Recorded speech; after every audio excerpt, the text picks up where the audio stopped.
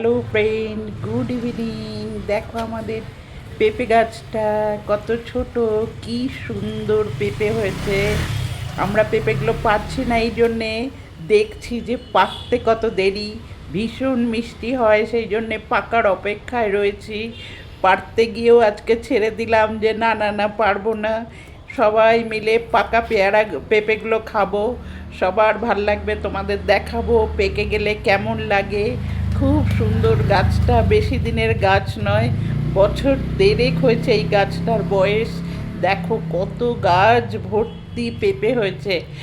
দেখো পাকলে আবার সবাইকে দেখাবো।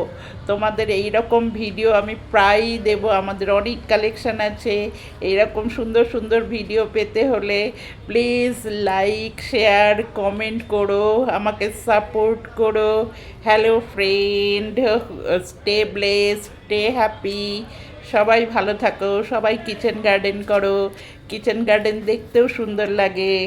হ্যালো ফ্রেন্ড, বাই আজকের জন্যে। চলো আবার দেখা হবে নেক্সট ভিডিওতে।